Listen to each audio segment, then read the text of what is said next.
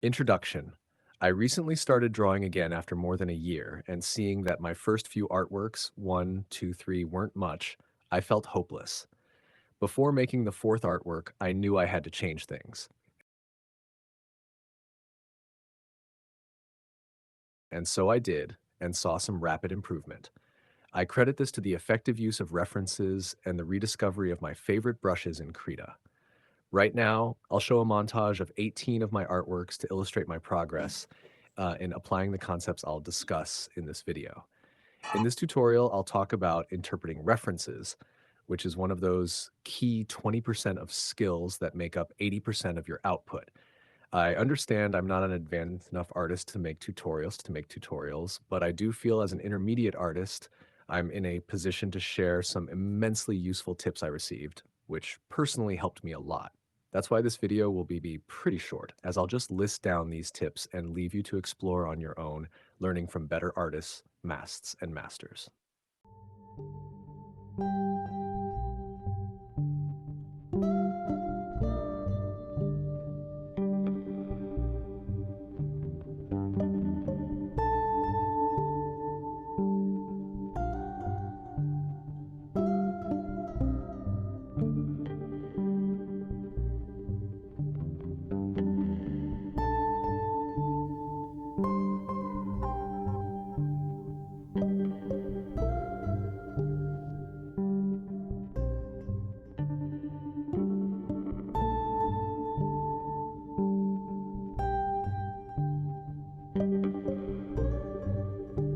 Chapter 1, The Change.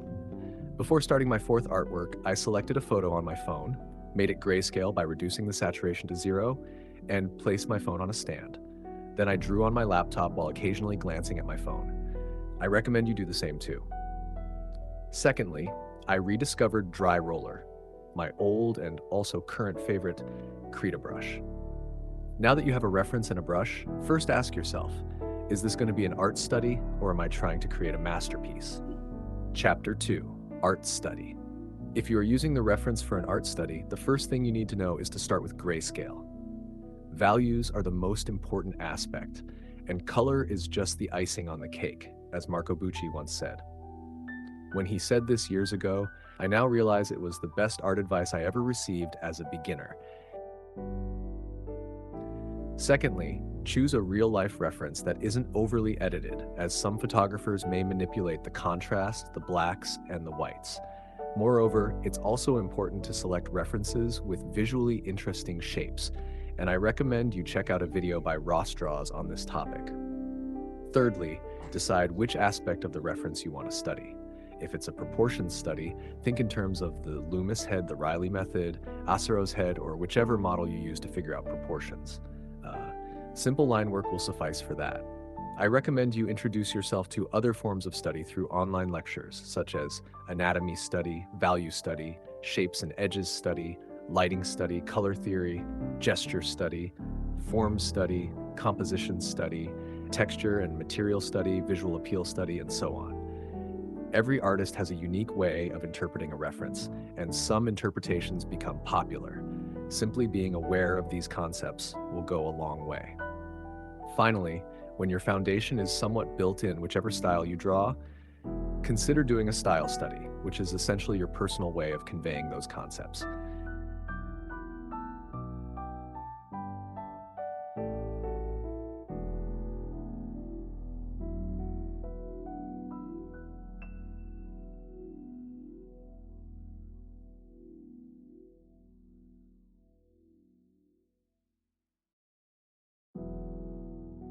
Chapter 3, Making Complete Artworks. First, let's discuss when to create complete artworks.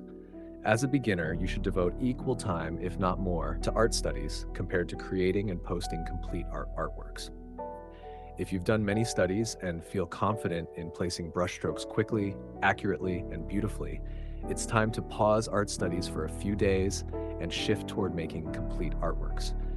However, you should always remember to return to art studies. Personally, I oscillate between studying and making artworks.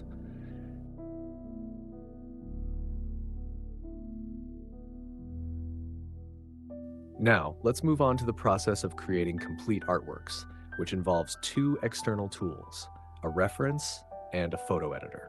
First, the use of a reference. References are needed not only for art studies, but also for complete artworks almost always, and most artists will tell you the same.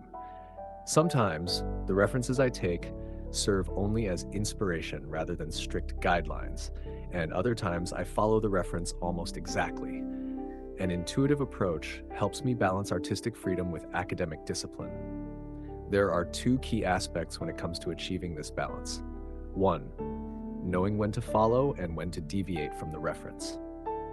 Initially, when laying down the foundation in terms of large shapes, your primary focus should be on accuracy while following the reference. Once you reach a stage where you feel familiar with the shapes, you should deviate and explore the direction you want. For example, I excel in dark settings, so if I see a dark reference, I follow it, but sometimes I want the result to be even darker. I've noticed that following this order, first following, then deviating, is when I create my favorite pieces.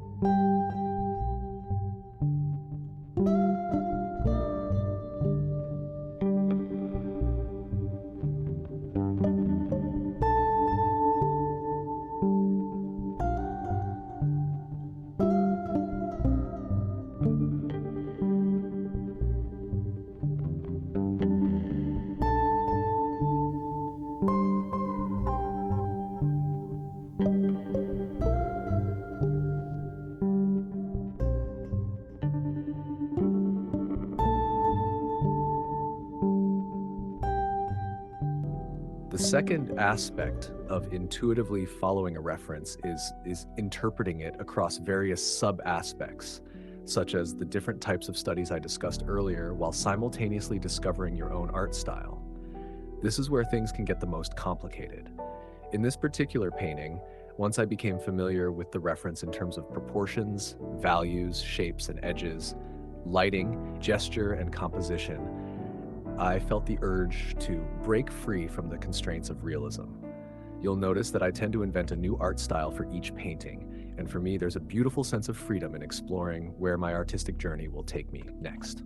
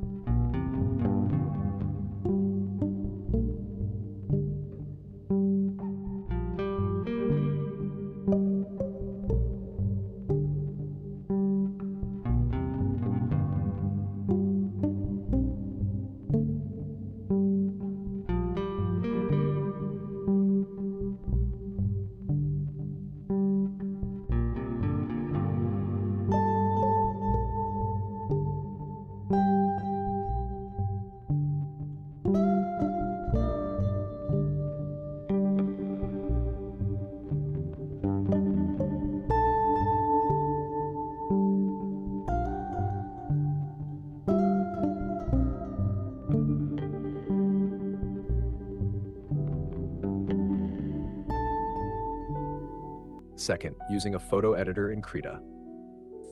After finishing my artwork, I create a new layer in Krita and set it to overlay. By putting different colors on this layer and changing its opacity, fading some parts using a textured brush set to eraser mode, I end up making incredible changes in the overall shadows, highlights, colors, and textures. I feel I should take this overlay layer concept to another level and start fully coloring my paintings, like many artists who create a grayscale and then paint over it. After exporting the artwork, I might use Snapseed or Adobe Lightroom for grainy filters and auto filters.